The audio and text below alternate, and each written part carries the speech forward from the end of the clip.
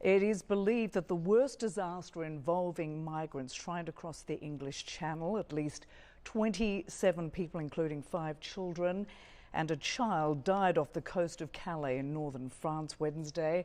This after a boat trying to reach Britain capsized in the frigid waters. 2 migrants who survived are being treated for hypothermia.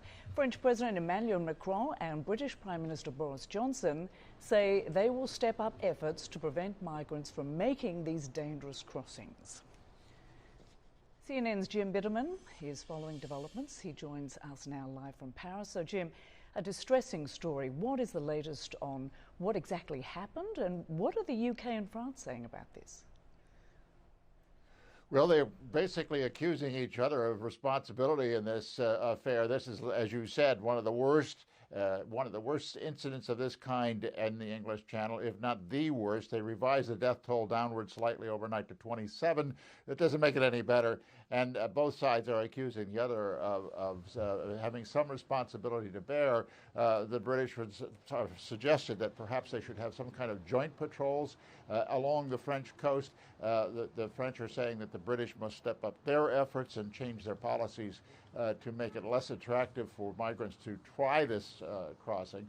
In terms of practicality, after that conversation between Boris Johnson and Emmanuel Macron during the night last night, the foreign minister of France and the home secretary of Britain are going to talk today to sort of see what they can do in a practical sense to stop this flow. Now, in terms of details, they've arrested a 5th person for responsibility in creating the atmosphere for these migrants to come across. The person that was arrested was a German, and apparently the rubber raft that sank was of German manufacture, German sale. So in fact, there's some connection there to Germany. And President Macron said that he wants to widen out the conversation about this to his European partners, because he believes they bear some responsibility in these criminal gangs that are used to the migrants are falling victim to,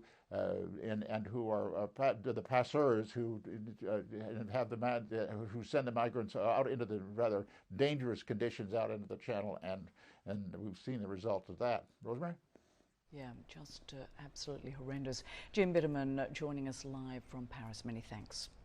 And joining us now from London is Tahid Pasha, Senior Coordinator at the International Organization for Migration. Thank you so much for talking with us. 27 people confirmed dead in this tragedy, 5 women and a little girl included in the dead in this attempted crossing of the English Channel in these freezing temperatures. And the leaders of Britain and France appear to be blaming each other. Who do you blame for this?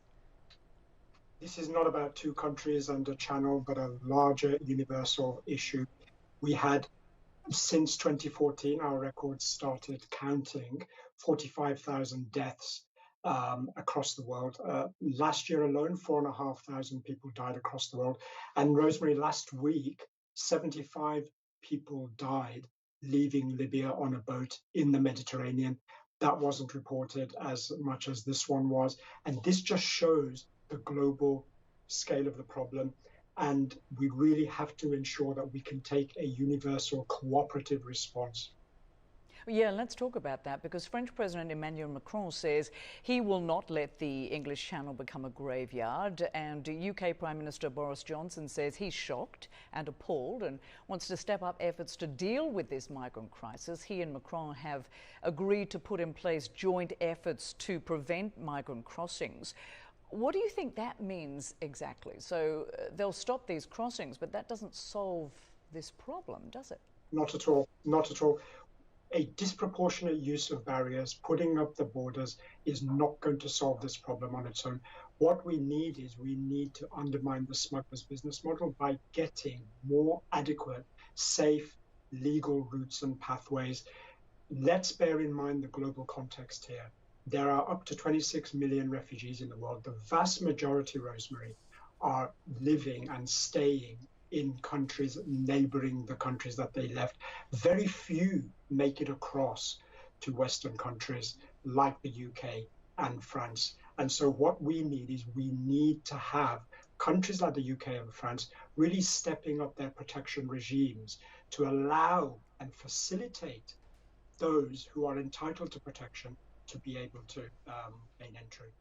So what is the situation for many of these migrants and asylum seekers on the ground, and how many people are we talking about here?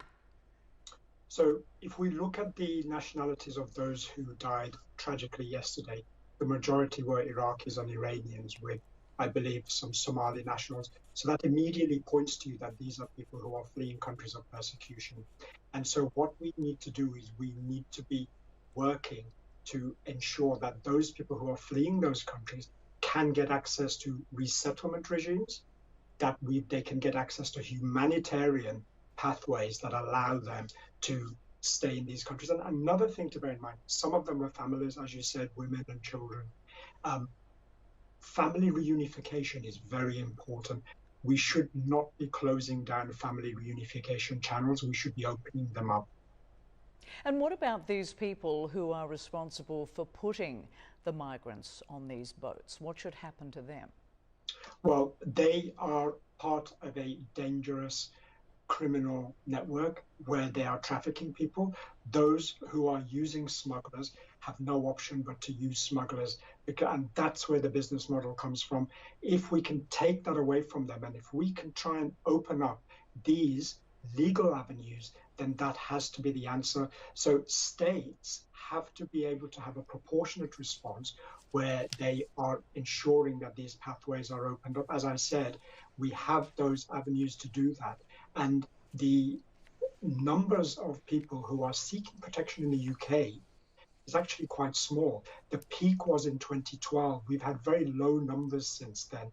16,000 people got protection and access to asylum in the UK last year. If you compare that to the global response, where we have up to 3 million Afghans in Pakistan and Iran alone, then that puts it into proportion.